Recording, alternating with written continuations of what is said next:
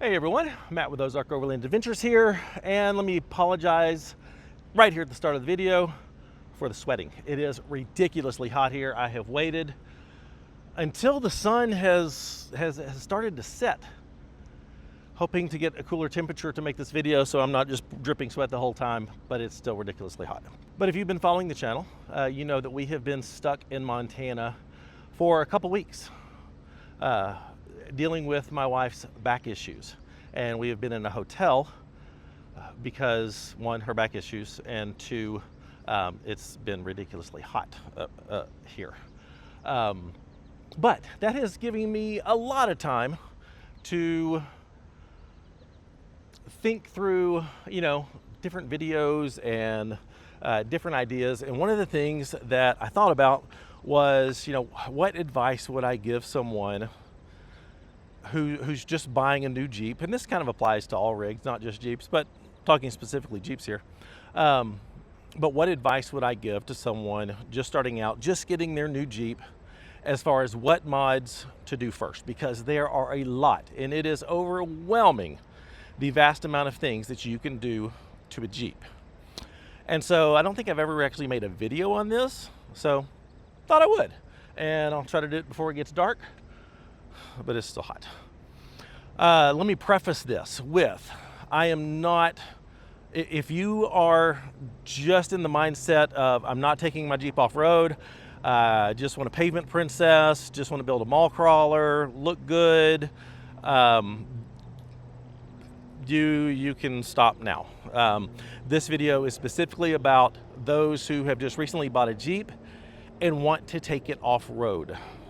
So I'm not going to be talking about cosmetic changes. I'm not going to be talking about, inexpensive things to change the looks of your Jeep. I'm talking about things to make your Jeep perform better off-road. And the mindset of, I'm buying a Jeep, I want to take it off-road. Where do I start? So that's what this video is about. For number one, I'm going inside the Jeep because this is where you're going to spend all of your time driving it. And I think the first accessory, the first thing to get for a Jeep is a solid place to put your phone. Because if you're driving off-road, you're going to need to see, navigation things. So you're going to need to be able to look at navigation apps and see where you are, and follow along on the trails, whether that's at an off-road park or out in the National Forest or BLM land. Highly recommend the Anvil Overland dash bar. Now, you don't have to go crazy like we did and, have a place for your phone and your GoPro and your microphones and, all the things. You can, this is modular, but it gives you room to grow as you're going out and getting started. But it does have a secure place to mount your phone. You have a couple different options. You have a clamp style option, and you have the magnetic option. I love the magnetic option because it's just super easy and it does hold the phone very well. In my Jeep, I've got one for myself and the passenger. So if anybody's riding with me, they have a place to put their phone too. And then they have, like radio mounts. They've got, if you want to get a micro mobile, they have microphone mounts. Kara has one in her Jeep. I already had this in here long before I got the Anvil Overland dash bar, so this just stays here. GoPro mounts. Like I said, I've got a mount for my microphone.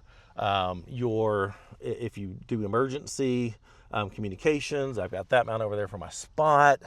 But you can accessorize this. They've got a ton of other mounts. Kara has one in hers for her rear view mirror camera that sits right down here. Doesn't take up the space up here. The Anvil Overland dash bar is a great place to start. Just start with a phone mount, maybe a radio mount, maybe a phone mount for your passenger, and then, as your accessories grow, if you decide you want to start filming, put a GoPro up there, all that sort of stuff. You can add this stuff later. But a great place to start is just the dash bar with a phone mount, maybe a couple phone mounts, and go from there. But I think having a good place to put your phone is a good idea. And if you are new to the Jeep world, this little spot right here, that right there, though your phone does fit there, That is not a phone holder.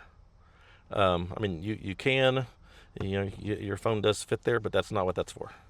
That is actually where you put your key. And I think that's stupid too, but it's not a phone holder, although it does fit. Number two, depending on the model Jeep that you get, and I'm talking about Wranglers and Gladiators. This is pretty much universal between those two. Depending on the model Jeep that you get, your tires may not be suitable for off-roading. I think the base models, the Sports, Saharas, Overlands, whatever they're calling all the different models these days, pretty much just come with street tires. Would not recommend taking those off-road. If you have a Rubicon, or in the Gladiator space, a Mojave, and both Wrangler and Gladiator, the Willis models, then those come with tires suitable for off-roading.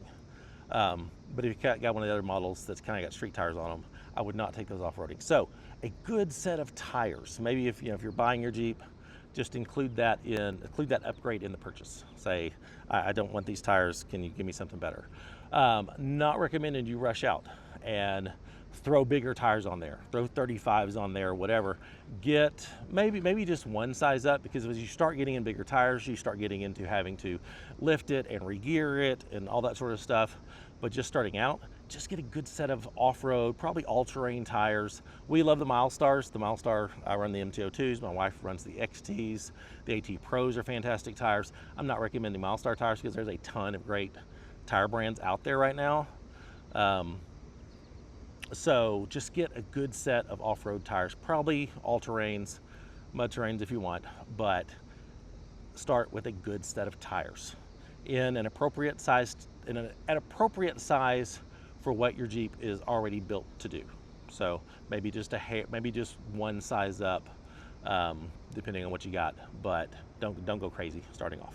Next, as we're talking about tires, when you're taking your Jeep off-road, you're going to need a way to air down and air up your tires. Now, the good news is there's a lot of good, I think, budget-friendly options out there. I am using these. They're little deflators by JT Brooks. This is their Tire Deflators Pro. They're just, let me do this. There we go. They're just these little thingies right here that you set the PSI that you want your tire on. You screw this onto the valve stem, and you can even drive with these on there as your tires air down. Very effective, and been using these for a couple years. Really like them. And they're small and they just fit in my center console. But they're the JD Brooks. I'll leave a link in the description for these.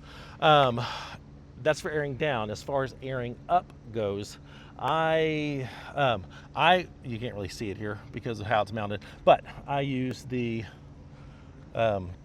Thor's Lightning. This is the Jeep Collab air compressor, and it's you program it. You just punch the numbers in and turn it on. You set it to the PSI you want to air up to. You turn it on, you walk away, and when it hits that desired PSI, it stops and it shuts off, and then you put disconnect the hoses and you're off. The hose kit is super nice, braided lines, really good quality chucks. Really like this. That's what I use. We have the Morphlate 10.6 PSI Pro in the Ross Monster.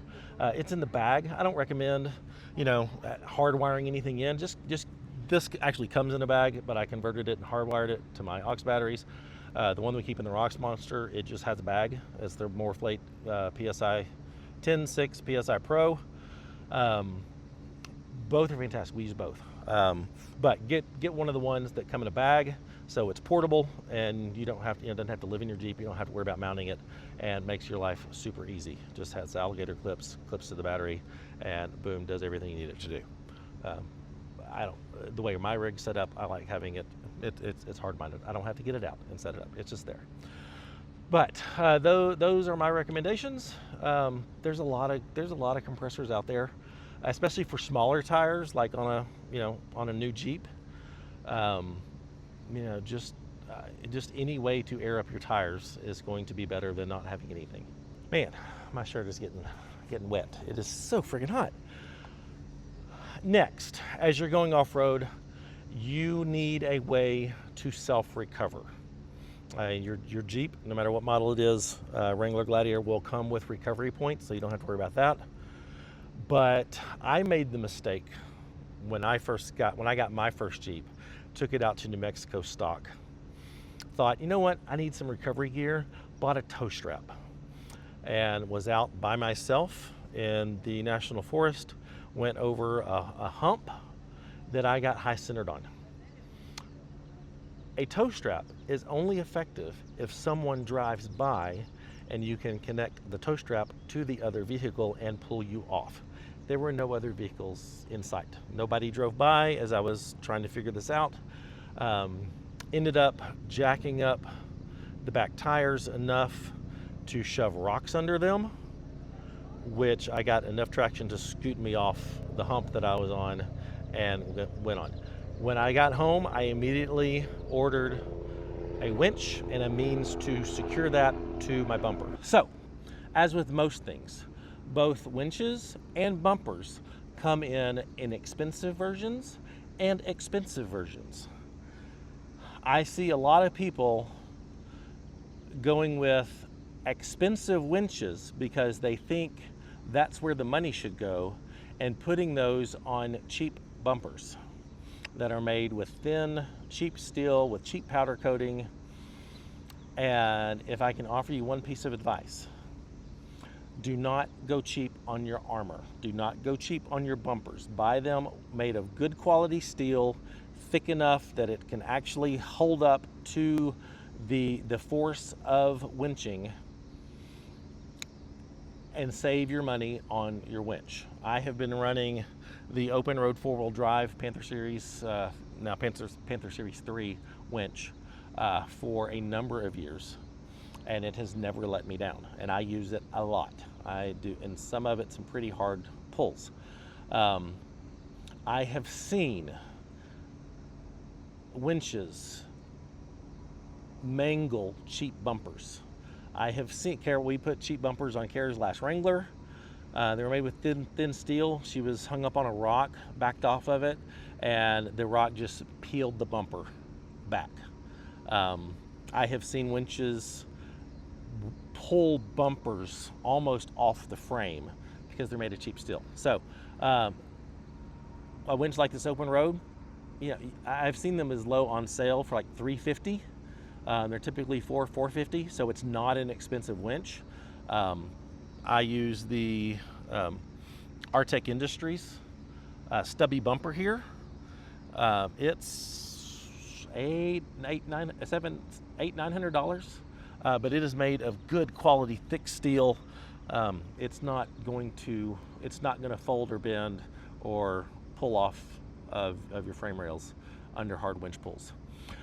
If you have a Jeep that has the steel front bumper that is winch capable, you do have to buy a winch plate, and it's a pain in the butt to install. Honestly, it's cheaper. It's easier to install a winch just by buying a new bumper, I'm not gonna lie to you, than dealing with the factory bumper, adding a winch plate and all that's involved with that. But that is the cheaper option, to just buy a winch plate for the steel bumper. So the other option, if you're going to be wheeling out west in the desert, a winch may not be the best option for you.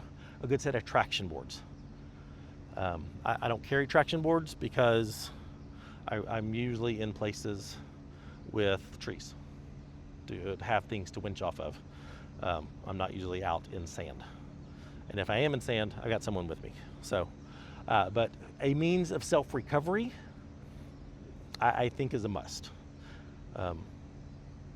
I have been in situations you're like, oh, I always go with friends, so I don't need that. If they can recover me. I have literally been in a situation where I had tires off the edge of a shelf road with a snowbank on one side and the drop off on the other. Had friends with me. There was no way for them to safely recover me. So I had to self-recover, even though I had friends there. Now they helped me after I self-recovered, get out the shovel, carry a shovel, always have a shovel with you. These little guys right here, you can find them on Amazon, compact tactical shovel things. These are great. But they helped me dig out the snow so I could get back to where they were. But as far as the winching and the actual recovery, I had to do that all by myself, or not by myself, but on my own, self-recover, even though I had friends with me. So it does happen. Next, the natural progression of this is you will eventually want larger tires. So get good quality tires.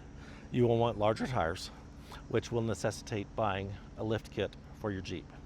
My biggest advice, I'm not going to tell you which brands. I've actually made a video on how to lift your Jeep on a budget. I will link that in the description, or if I remember while I'm editing this, put it here on the video to click on. You can watch that. I'm not going to go into all those details since I've already made that video. But don't cheap out on your suspension. Once you start lifting your Jeep, you start changing all the geometry of your Jeep, and it starts to drive like crap. If you go with a cheap lift, it will cost you more in the long run because you will have to then throw additional parts at it, replacing parts that wear out fast. Get a good quality lift. We run Clayton on both of our Jeeps. We've run Metal Cloak in the past. Loved both of those brands.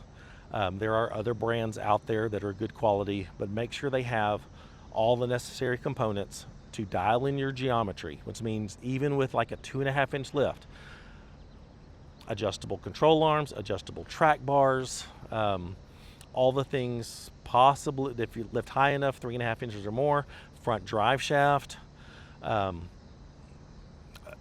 Don't cheap out on your suspension. Biggest advice I can give you is don't cheap out on your suspension, because you'll just regret it in the long run, and your Jeep will drive like crap. And with a quality suspension, your Jeep can drive amazing. So there you go. And then last but certainly not least, and this is the one that kind of covers everything else that I've talked about, that is you having seat time in the Jeep to learn how to drive your Jeep, to learn how to off-road, to learn how to use any traction aids that you have, like lockers or limited slip differentials, or all Jeeps come with brake lock differential, which is electronic traction aids. Disconnecting sway bars, how your Jeep handles going through, over rocks, through washouts, all those sort of things. The driver mod is the most important mod of all of them. You getting seat time, go to a local off-road park, start on the easy trails, work your way up, but learn to drive your Jeep. Learn how it behaves before you start lifting it and doing big modifications to it. Learn to drive it in as much stock form as you can with just a good set of tires and recovery gear. Go learn to drive your Jeep, because the more you lift it, the bigger tires that you put on it, that has negative impacts in other areas such as fuel economy, wear and tear on things like ball joints and wheel hubs. That opens up a whole can of worms that comes with that. And maybe I'll make a whole other video on, life with a lifted Jeep, things to look out for kind of thing. Maybe that's a good idea. I'll have to make a note of that. But have seat time, off-road in your Jeep. I highly recommend off-road parks, just because they're more of a controlled environment, and you can actually pick the level of trail that you want to do to start out on and to grow. But if you're going out in national forest or BLM land, I would suggest probably having a buddy with you, because sometimes you never know what you're going to get out there. Rains and weather can change an easy trail to a hard trail in no time. So there you go. I think that's it. I think I made it before the sun went down. I did not make it before my shirt got soaked. But there you go. There's my top modifications for a new Jeep, for new Jeep owners with new Jeeps. There you go. Hopefully this was helpful. If it was, be sure and like the video, hype the video if you would, subscribe to the channel if you're not. And all the important links are down in the description. So be sure and check those out for discount codes, Patreon links if you want to consider supporting the channel. America's Most Wanted Hemi Swaps. Don't recommend that necessarily starting out in your first Jeep, but definitely down the line, highly recommend the AMW Hemi Swap. Makes the Jeep as it should be, mo better. And I think that's it. I got the next video is a trip that I did. I finally got to get out and go wheeling and found an amazing trail and had an amazing day in not far from Bozeman. Sully's back radiator's fixed, brakes are fixed. I explained all that in that video. But thanks for watching. See you next time. Bye.